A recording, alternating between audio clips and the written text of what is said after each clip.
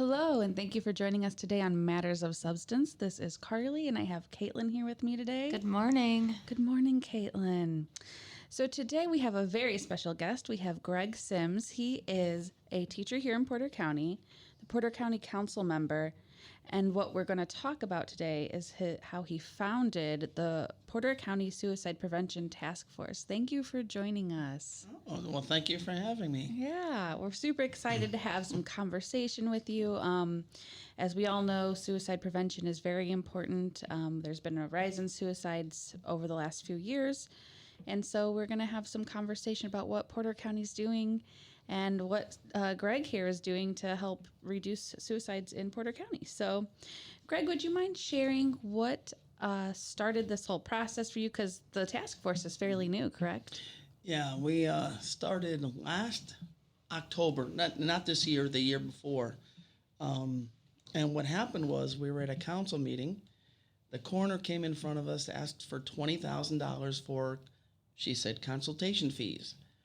And I'm sitting at the front of the table going, okay, what's a consultation fee? And it was for autopsies for, autopsies are done when there's somewhat of a suspected death, determined a death kind of thing. And I asked, well, again, what is being suspected that we need another $20,000? And she said, well, with suicide, sometimes you got to figure this out. Was it an accident? Was it on purpose? Or one of death, that kind of thing. And I looked at her and I said, well, we have a problem with suicides in the county? And she looked and said, well, absolutely, and I think at the time we had 25, it had been a little bit higher than that. It had been in the 30s. Wow. And I was dumbfounded because it was a conversation I'd never gotten involved in before. And I looked at my fellow council members and I said, well, what are we doing in the county to help curtail this? And I will tell you, it was crickets. Nobody said a word. So I looked back at the coroner and I said, well, what are we doing to prevent more suicides? And she was kind of dumbfounded too, because that's not really, she goes, we deal with the death. We don't deal with the prevention and that stuff. And so I made a comment that, well, we got to do something as a county or we're not doing our jobs. And that was basically it. She got up and then we moved on to some other business. Well, when the meeting ended, some of us were sitting in our office, and I said, well, I don't know what you guys are going to do. I got to do something. I don't know what, but we got to figure this out. So later that night, I went home and I started compiling a list of who I might be able to have in the county to sit down and have a conversation about this. Well, one of the other council members had called me about 10 o'clock at night. The phone rings, and it was another council member saying, well, hey, if you're serious about this, I can help you, but I won't be able to until January. I said, well, it's October. So I said, I'm making phone calls tomorrow. We're going to get on this thing. So that next day, I made, I think, 12 phone calls to department heads in the county. They were all county people. And I called each and every one of them and said, hey, listen, we've got this problem. Would you be willing to have a conversation just to discuss the issue? And I set the meeting for 2 weeks later. Well, I'll tell you that when that meeting happened, everybody showed up, and I had pizza and we had some pop and stuff. And my only, expectation was to have a conversation to see where it went. Within 15 minutes, somebody said, well, when are we meeting again? So I figured at that point we got something. So I basically looked at all these people and I said, okay, you all have different backgrounds. The next meeting, let's come up with some possible solutions or where you see things on your side of that. And we met again in November and we started writing things down and going, okay, well, we need to move this forward. And the first thing was, let's go nonprofit status so that we become a legitimate organization. So, we've got some little bit of power, so to speak, in the community, and start getting some awareness out there. And that's really, it's what all started with with the coroner coming up asking for $20,000 for consultation fees. Wow.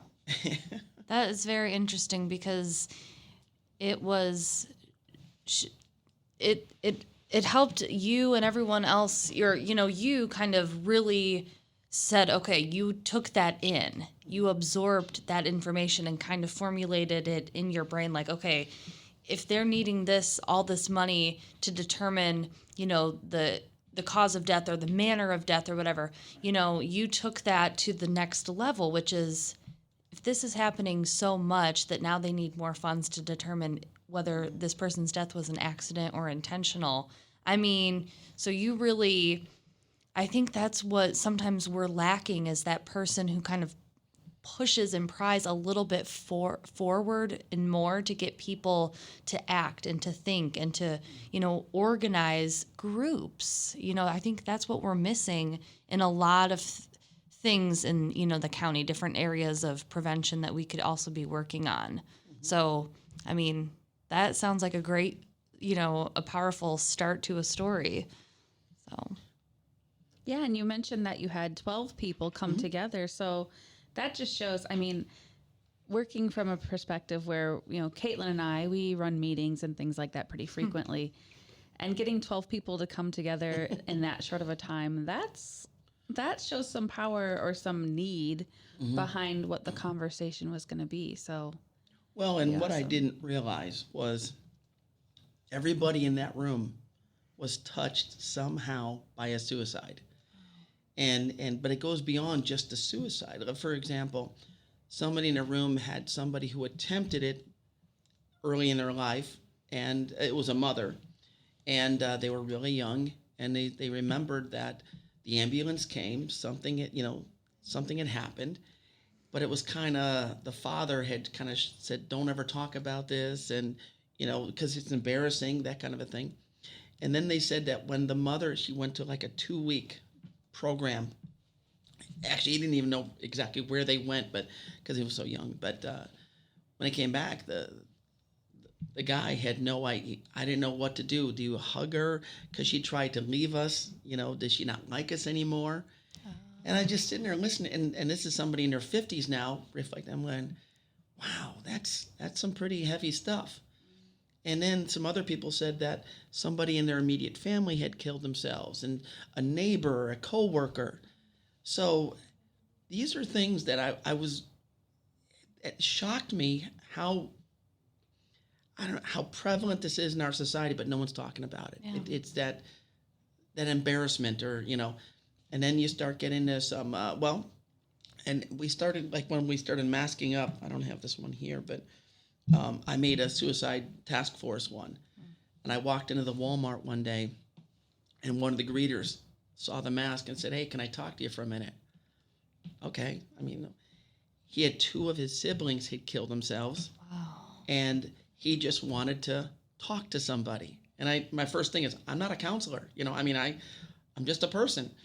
And we spent about 5 minutes. I remember I'm like, dude, you got to get back to work. I don't want to get you in trouble. I said, and I gave him a card and said, hey, if you need some help, we can get you some help down the road. And he goes, no, I just wanted to talk. And then you look at that and you go, oh my God, how many people are there like that walking around? And it's, like I said, the more and more I got involved in it, the more I realized that, man, it's out there. And one of the best ways, talking to counselors and stuff, is just get the conversation going. Because the more you bottle up inside, the more it eats you away, and it messes up your mental health. Yeah. So that, I would tell you, that was probably the biggest surprise of this whole thing is how many people are affected somehow, some way, and even while someone was telling me too that someone at their work had killed themselves, and it messed up the whole work environment, and things were just never the same. And it's like, okay, so now somebody else's life is affected, but now that affected yours because of your work. And there's so many people where their work is their life. Now they got messed up, and it messed up their relationships, kind of a thing. Yeah. So I was like, geez. It seems to have like a ripple effect in ways that people don't even realize. Absolutely. And especially in a small office, like ours is a small office. So if something like that were to happen here, that would be, it would be a huge impact on us, because we're all very close. And some other organizations, they have a smaller staff. They're, they're closer knit. And I mean, that would be a huge blow. So the ripple effect, or the story you told about the man now with his mother, when he was a child, I mean, yeah, there are so many different ways that people can be affected by it. Right. And the one thing too, I always go back to that is, why did people, I guess when we're trying to solve, we're never going to solve it, we know that, but try to reduce it. Part of my thought was, if we can get people to see that by doing this would cause a very negative, maybe they wouldn't do it. For example, have you ever read the books Chicken Soup for the Soul? Mm-hmm. Okay, they're awesome stories and they're quick. I thought the same thing, like, okay, what if we started some kind of a publication or something, or articles where somebody had tried to kill themselves, they didn't, and they look back and say they're so thankful they didn't because they missed the birthdays and the Christmases and the fun stuff. And so I started compiling a list of people that had tried and failed for the good. I mean, when I don't mean the good, but they failed, and they're so thankful that they failed because they missed out on these things. And I'm thinking, if somebody were to read that, maybe they'd realize that, okay, this isn't a good idea to do this because look what I could miss 5 years from now or down the road. And one of the ones that comes to my mind is the lead singer of the Smashing Pumpkins, Billy Corgan. He had tried to kill himself years ago, and he ended up reflecting on it, and he wrote that song, This Is the Greatest Day. Mm-hmm. So that's actually about him. And I want to talk to him, and I know he's from Chicago, and I'm working on that. It'd be awesome if I can have a conversation with him, because I think sometimes those people can have power in sharing their stories and learning other people that, wow, this is just a temporary problem, and I don't need to go to a permanent solution of death. So we can work it out, or, that next day will get better. So I want to ask you, so you just started this. We know that it's very early. It's kind of in its infancy, which is amazing because you can mold it into what it needs to be. That being said, what have you guys been able to accomplish so far in the task force, and what things are you looking forward to? Okay. The first thing we did was we started talking to counselors and stuff and mental health people about getting some programs going, or how does this work? And then we found somebody at Valparaiso University who, she's no longer there. She's actually with the Indiana Suicide Prevention Group. She elevated up. But this Qpr training, you guys are familiar with it? Okay. That was our start. We got everyone trained, and that really opened their eyes with, oh my gosh, okay, there's so many things that you can notice or see, little signs that come up that might be helpful. Mm-hmm. So we thought, all right, we found we can actually, a lot of places charge for that because there's a little booklet and stuff. We've got it where we can give a whole, I think it's a couple hundred for free. We can get people trained. So we start talking to organizations and businesses saying, hey, if we have this available, if you want to come, we're here for you for that. And then we're trying to kind of filter it through that way back in regards to, if people are more aware, then maybe they're seeing these signs and maybe we can help that way. Kind of like a guerrilla marketing kind of a strategy. And then we got yard signs where we offered people, we got some sponsors, they're $6 each, that pretty big. And we told people, they're here if you want to put them out, great. And they're all free in that regard. And we got I think we got 45 of them out in the community. We've got 3 or 4 out in Lake County. Oh, wow. They saw them, and even though it says Porter County on there, that's okay, because it's basically what the sign is. It's gives the 800 number, and then we're going to move to 988 as a country in July, like a 3-digit helpline. So I've got that on there too. But it's just a way of having people drive by places and seeing the signs and being familiar with there's help out there. Yeah. Then we got some T-shirts that we put out there, and then we started a program too with, we found through talking to people, if you have a conversation, some of that stuff comes out, which can be helpful. So the shirts basically say, how are you? And we give them to whoever wants them. They're free. And all we ask is, if you wear this somewhere, be willing to have a conversation with somebody. Yeah. And so if somebody comes up to you and says, I'm not too good, how are you? Oh, well, why aren't you too good? What's going on? And again, we're not counselors, but here's a card or here's some information to get you some help, and then move it off to the professionals that can really, help in that regard than someone just wearing a shirt or, that kind of a thing. And then we've got our a program where we've got 3 big signs with pinwheels, and the idea there is it says basically this is how many deaths there were due to suicide in Porter County so far. Wow. And we put the pinwheels in the ground for every suicide, and they're just meant to be, I call it a hit and run, like 2 or 3 days, and then we pull them out. And we've gotten some good responses from that because people look at all these pinwheels and go, oh my God, I had no idea. Where are they at? Well, right now, because of the winter, we have none out there. But we've had them at the courthouse, and we've had, actually, a lot of people have houses on corners and stuff, and they'll say, put it on the corner where there's traffic. Okay. So we've had them in 16 places. Wow. From, up until about 3 weeks ago was the last one we pulled out of the ground. Okay.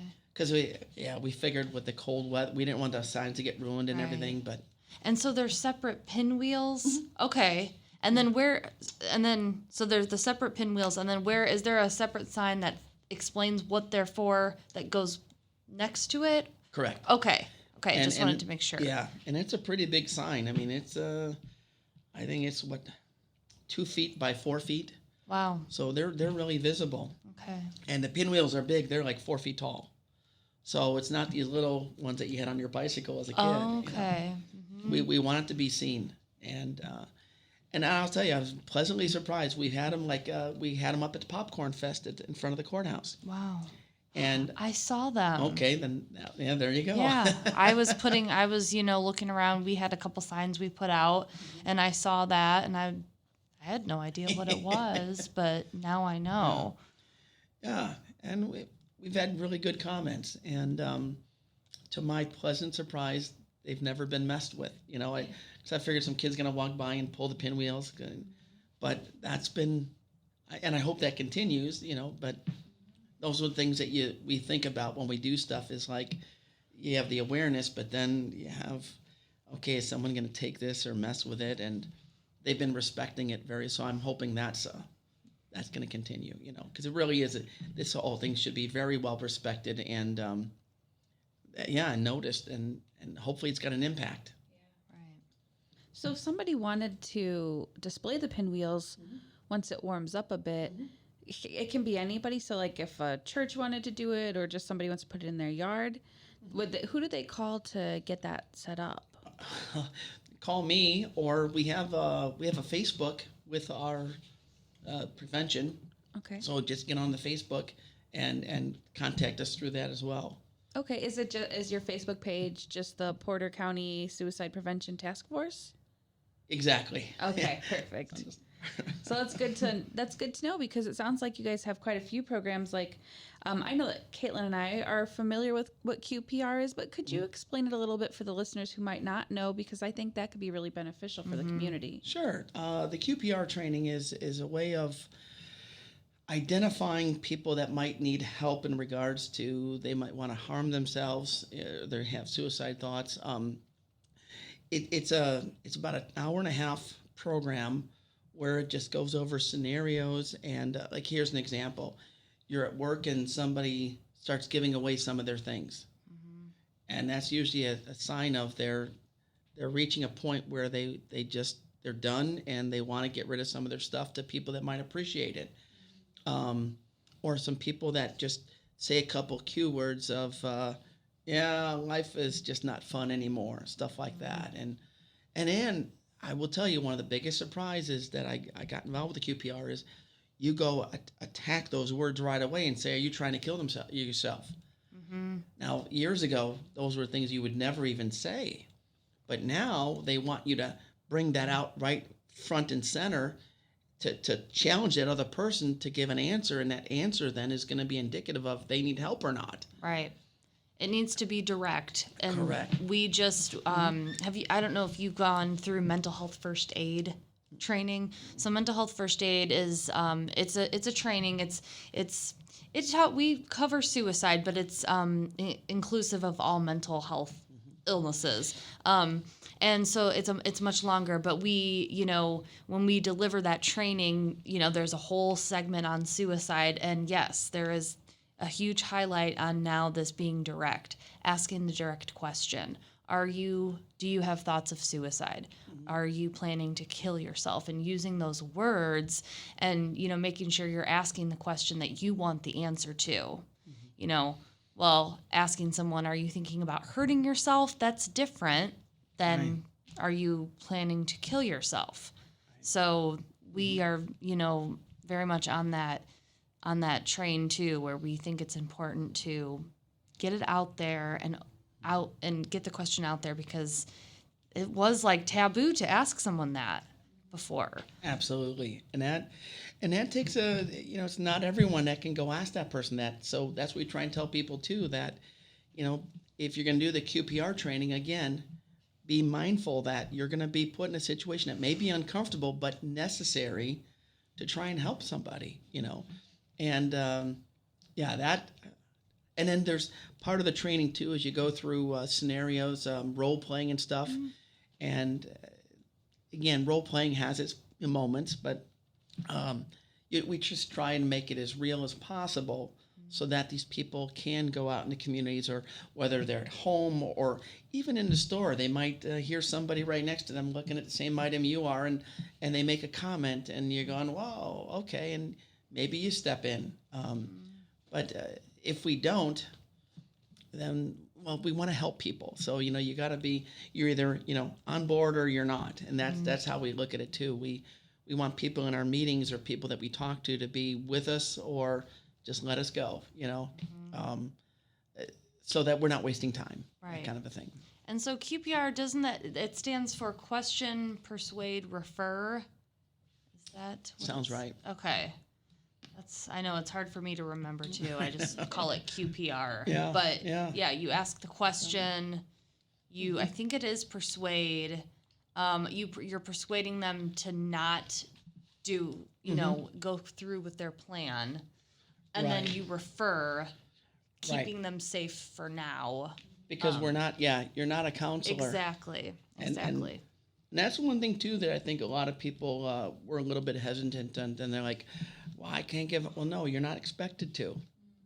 You're just expected to recognize and then move them to a place where the professionals can take over and do their thing, And I think human beings, I think people are more capable than they think they are.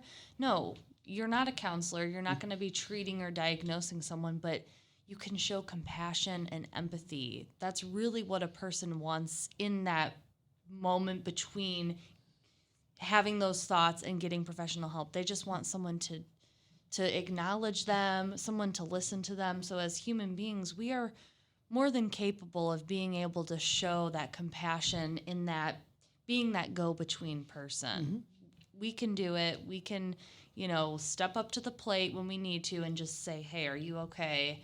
Just be there to listen. So.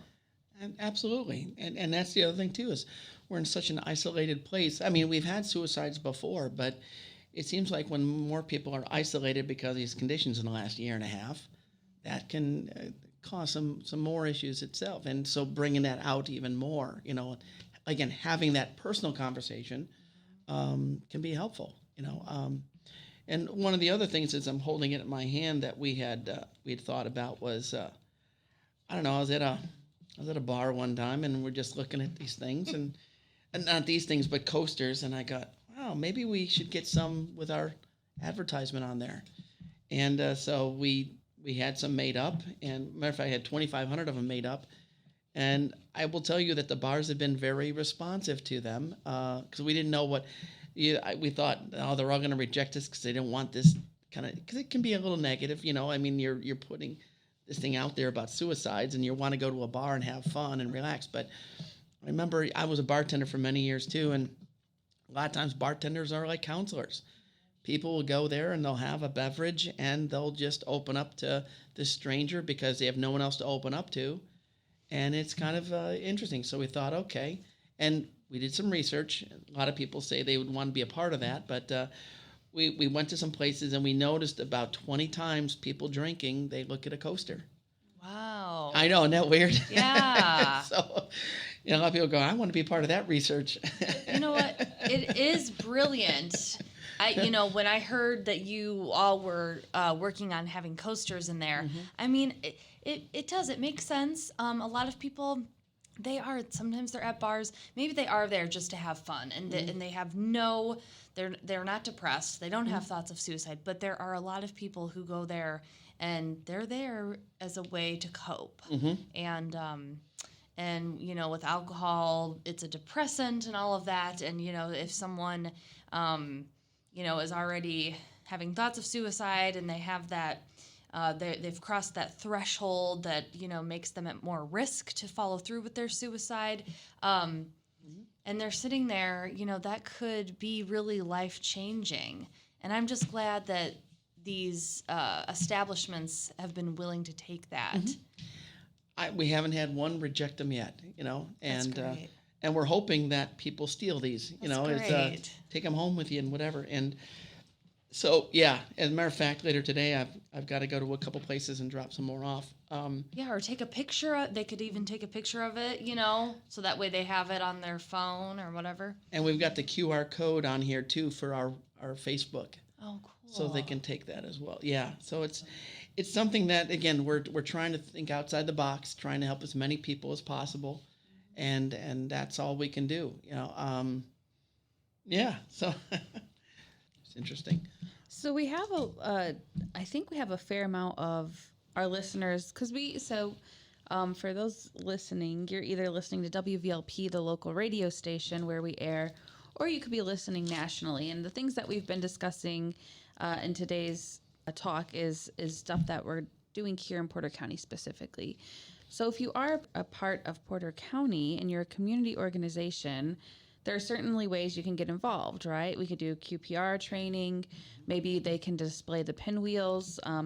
Sounds like the yard signs are available. So there's quite a few options. But it's also important to know that what you can do as an organization is provide support to the people that come to your organization, right? You don't have to be a trained professional counselor to provide those services. So like Kaitlyn was saying, it's just having those conversations. And so if you're listening, just be thoughtful about how you can support the people that are coming to your organization. And with that being said, I wanted to kind of address warning signs so that people who are listening, if they haven't had that training, but they still might need a few tips, I thought maybe we could all talk about that just a little bit and give some people some practical things to walk away with so that they can use those if in the meantime, if they're not able to get that Qpr training, they can still kind of recognize and help. So I was taking a look into signs of suicide, and some of the things that I saw were, of course, like Greg mentioned, giving away your items. That's a big indicator. Big life changes that are negative life changes, or life changes that are hard, is an indicator. Financial distress could be a warning sign, but definitely feelings and thoughts if somebody's saying words that indicate suicide is a part of something that they're thinking about, that would be an indicator. What are some other things that people can look out for? Well, the one thing that we've seen lately, the last four suicides have been because of divorces. And as a matter of fact, that surprised me a little bit too. It's one of the most frustrating things, again, when I started this, was I was trying to find patterns.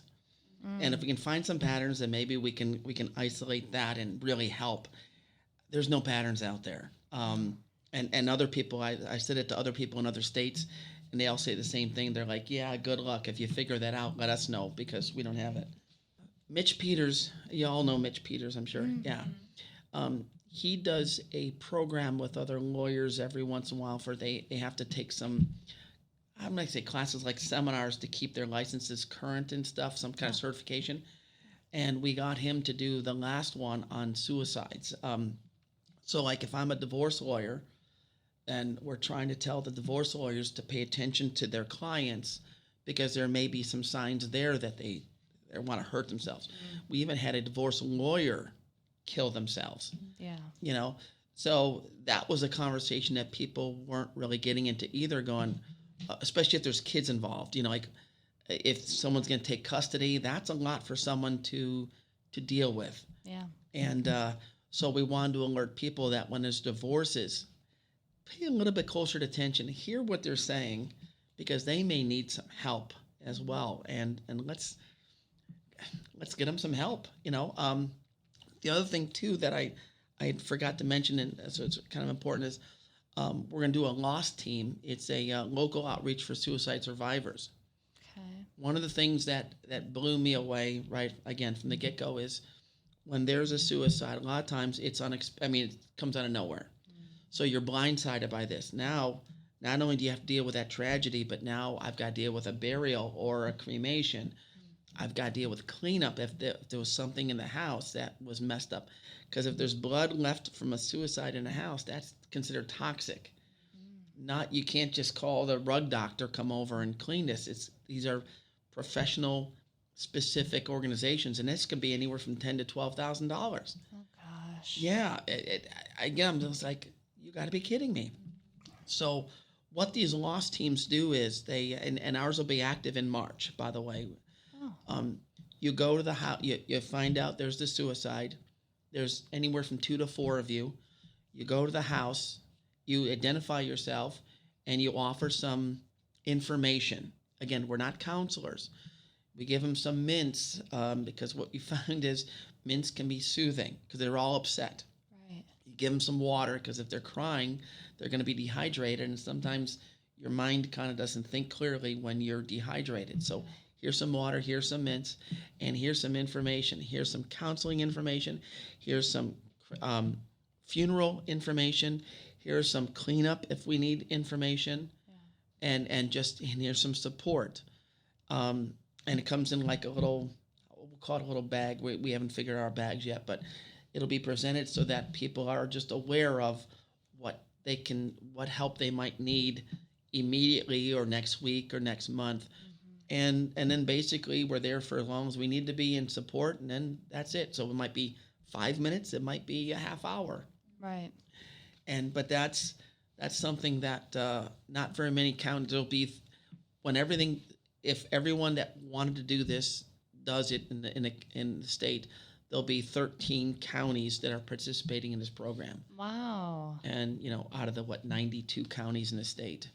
So Porter County will be one of them. And but I will tell you, I never thought about that either. Right. Is what do? You're blindsided, and only 3% of the suicides leave notes, and a lot of people, I thought it was much higher. Right. So now there's a lot of confusion of why did they do this? Why, all that Right. stuff, and it's just sometimes there's no answers because there's no information to kind of gather to say why this happened. Right. So yeah, that was these lost teams it's an interesting, and too, if there's anyone listening to if anyone down the road wanted to be a part of that, let us know because we can use some members that are willing to go to these places. And see, that's the hard part too, is you never know when you might be activated with these. It might be at 1 a.m, it might be 5 o'clock at night. So okay, so if someone is on the lost team or wants to be, so is there some sort of way that they stay connected? Like if they need to be called out? Yeah, there'll be a team leader. There'll be training involved first, and then there's a team leader, and basically people going like on a schedule. They're saying, okay, I'm available this, and this date at this time. Oh. So if there is one, then call me. Okay. And like a phone tree, so to speak. Okay. Because that's the other thing too we learned is there's some people that work, they can't, if it happens at 1 o'clock in the afternoon, they're at work and they can't leave. Right. So what we do too is a contingent plan for that is if no one is available at a particular time when we get this going, we will have the information either dropped off or just mailed to them, so at least they have it. It's not as good as personal contact, but it's the best we can do to get information to these people that really need it. Right.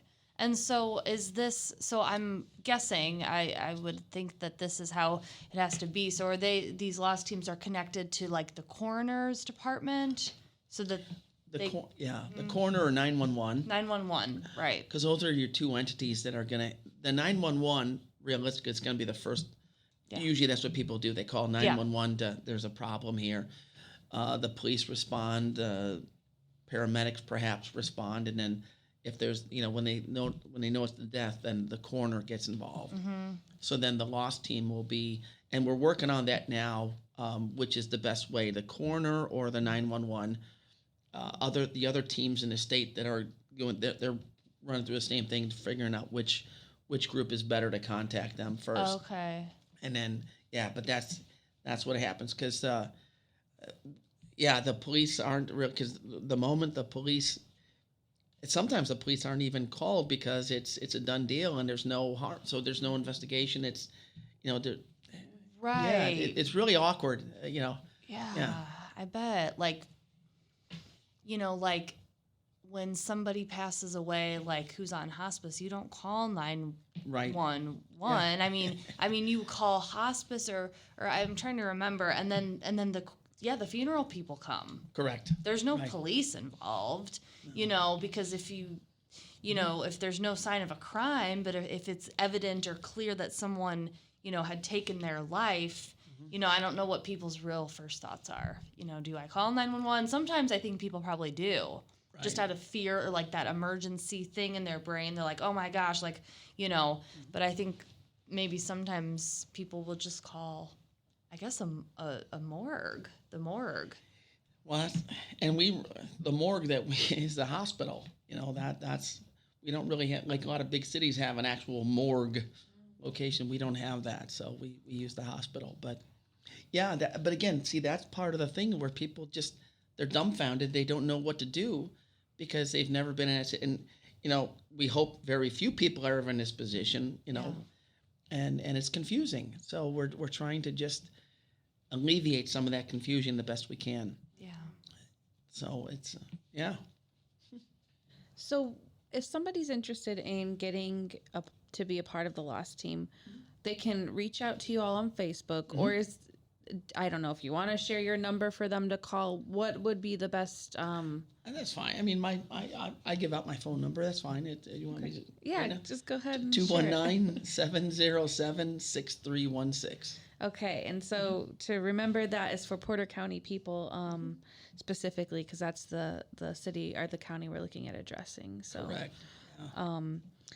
So, that's amazing, though, what you're doing. So can it be just, is there certain criteria or eligibility for people to be a part of the lost team? Yeah, that's a great question. Of course, someone over 18, we don't want younger, really kids. But the ones that they're really, if we can get this would be amazing.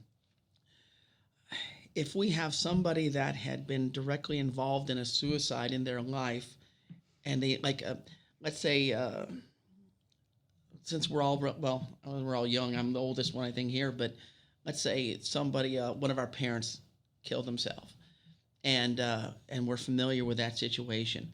Well, after about a year or two, about a year, and we want to help other people, we might get on this lost team so that when we find out, like let's say it was a parent, then we like to keep that person on the team at that point and go to the house because they know exactly what those people are going through because they've been through it a year ago or whatever. Or somebody who lost a child to it, then they know what walking into that house, what the emotions are in that room. And that's the tough part right now because right now the people that we've got, there's 4 of us right now that have committed to it. I thought there was going to be more, but when we start explaining it, it's a pretty heady thing, and a lot of people emotionalized. They just can't be in those environments, so they go, well, help over here, but we can't be a part of that lost team. That's just too much. Right. So none of us have had direct somebody in our families have killed themselves or to where, so we're all going to walk in. I'm not going to say, not having the exact emotional attachment to the people that we may see. So if there's anybody out there that is removed, they figure about a year, because then they don't want to have somebody walk in with a relatively recent one and rekindle their thoughts of that negative experience. And so that's where things get a little. So how do you find these people that can be, first of all, willing to help on your team, and then have that direct connect to that might be specific in this one or that one. And Right. Because I feel like what happens a lot of times is people, like professionals, they end up being involved because they have the education and the knowledge. They may not have the experience, though. There could be therapists and counselors out there who haven't experienced a suicide close to them, but they have that natural instinct to want to be a part of these kinds of things. But I get what you're saying. You really want people with the firsthand experience to kind of share their experience, strength, and hope in the thing. But like you said, it can be kind of scary, I think, for people to want to just, dive right in. Right. So kind of how to make it to ease it onto people so that they're not as fearful about doing it. It's kind of a big question. Yeah, and if we don't have much experience, that's still okay. We'll still hand out because the information is the most important part of it, and because we're not there to, once we give the information and hang out a little bit, whatever it is, we really don't go back. There's no reason for us to go back. So it's. So if we can get people, great. If not, we're still okay, But that's that perfect world where we can really help somebody. But, and military, that's another problem is, military suicides are up.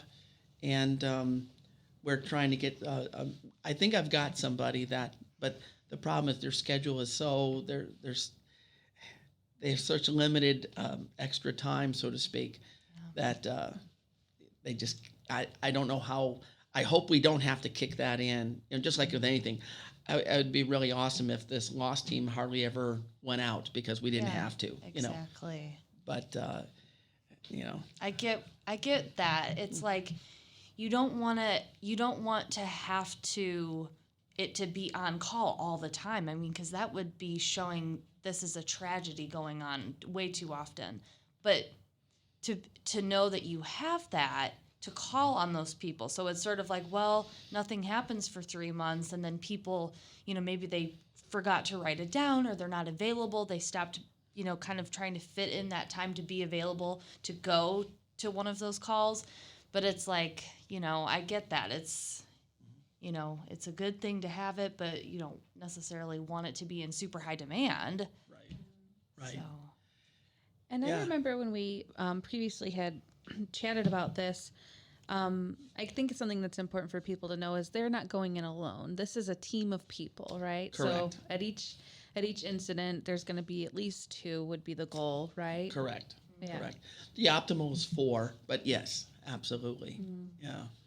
So it's not like you're not, in this on your own, going into something where you're not sure how to even handle it, because it's new to you. You're going to have a partner there. Right, or it might be intimidating for people, say, if it were, we know it's not, but if it was one person going in and then the whole family's there. They're all, there's all these traumatized family members and there's one helping person trying to be there, that would obviously be too much, so. And they don't recommend that either. Yeah, because you're right, that's just too much. So at that point, we'd probably just mail it and then just have it. But yeah, well, when it all kicks in, see, that's the other thing too is when this gets implemented, it'll be curious to see what our experience is with that. Yeah, so I don't know. It's something that's very necessary but I'm curious to see how it's all going to go down too, because Well, and I just find it, we're thankful for, you and people who have been willing to help you and get involved with what you're doing. I mean, that's really just, it's an amazing thing that you've just your willingness and just having an interest in wanting to address this and say, look, there's a problem. As a leader, somebody in the community, we've got to do something. And so definitely. Well, and it's when I got involved in politics and in general, it's to help people. Yeah. And this just fits right in there. I mean, I think if this was ignored, then we're doing a disservice to everybody. And the one thing too that as we were talking, the 800 number, I made a phone call and I'm waiting on the information. I was hoping I had it before today, but what I want to know is how many people from Porter County have called the 800 number asking for help. Mm-hmm. I'm hoping that those numbers are high because then people are seeing the phone number and they're reaching out for some help. And when I called there, because it's in Colorado, they were dumbfounded. They said, well, no one's really asked. As far as whoever answered the phone for me, they had never been asked for that information before. And I said, well, we've got this, we're putting advertisements out there and we don't know if they're working, because we're spending some money, not tons. I mean, most of the money is my money. We've got like I said, we got a nonprofit, but I think we have $900. Well, a few less because of the coasters, but we don't have much money and that's okay. Because we're making it work, without the big pockets. But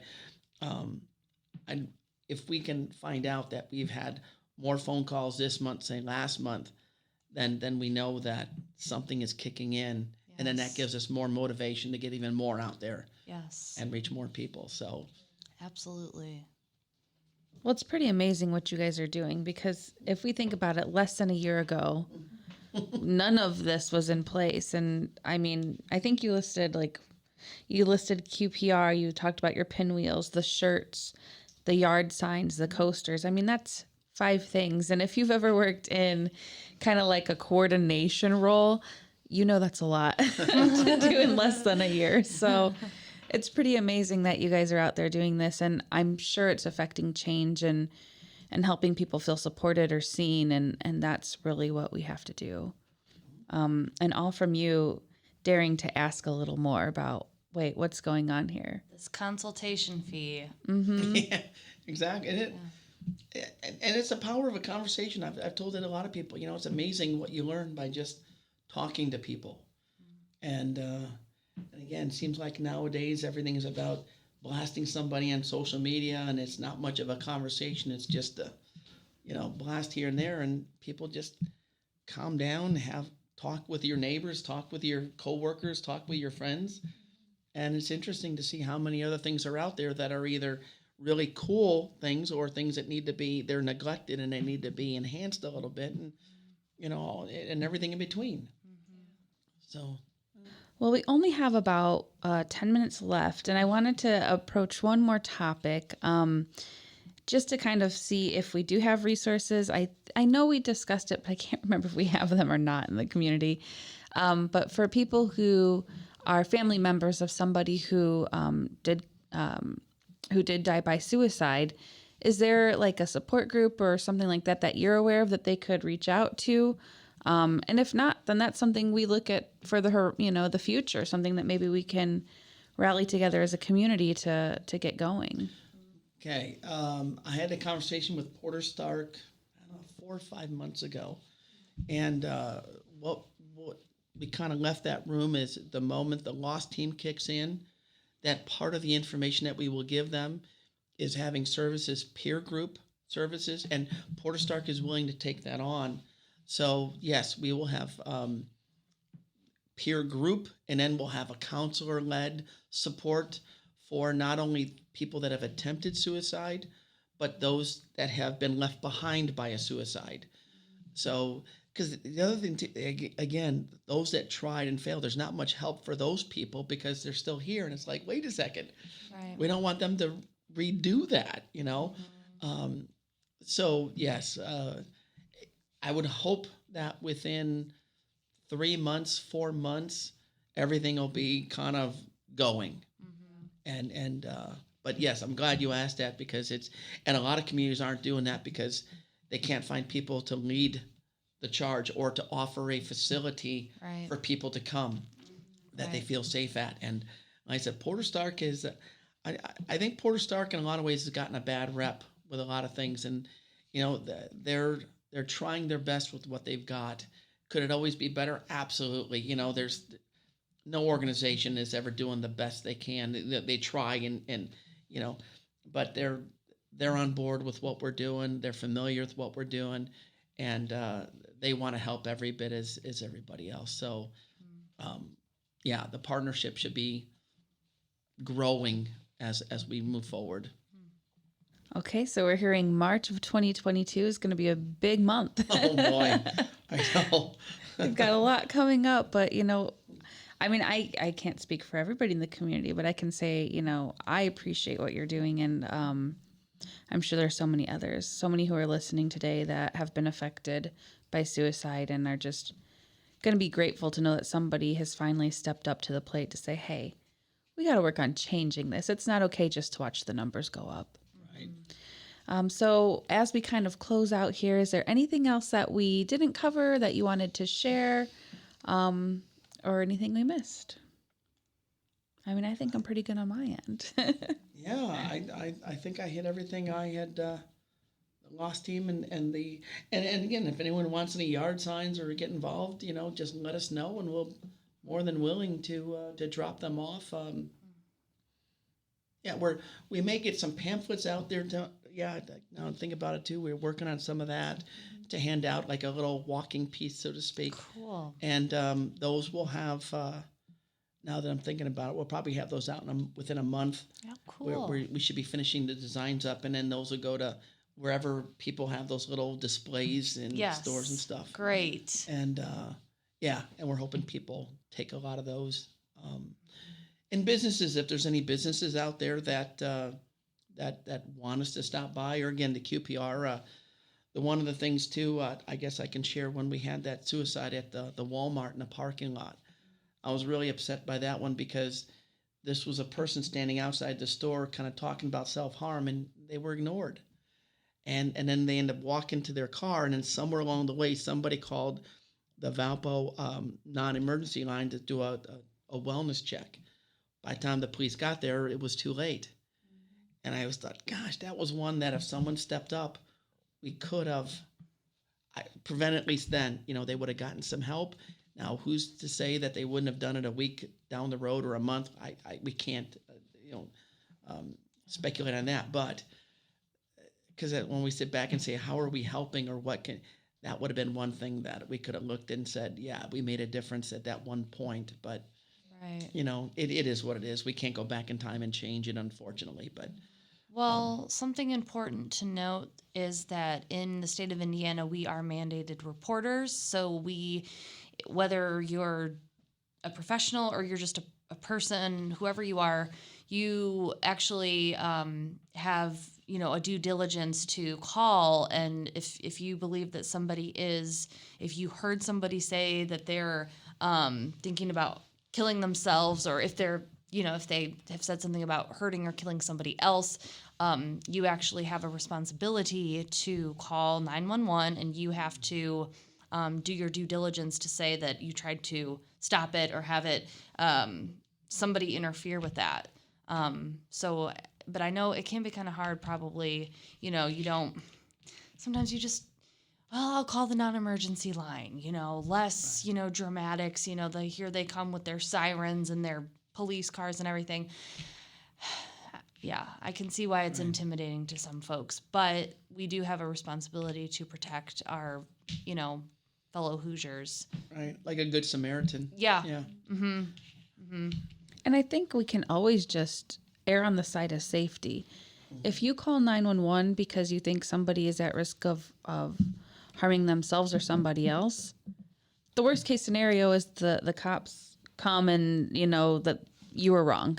Right. You know, but best case scenario is you save a life. So let's err on the side of safety and get those emergency services out if we're recognizing some of those signs.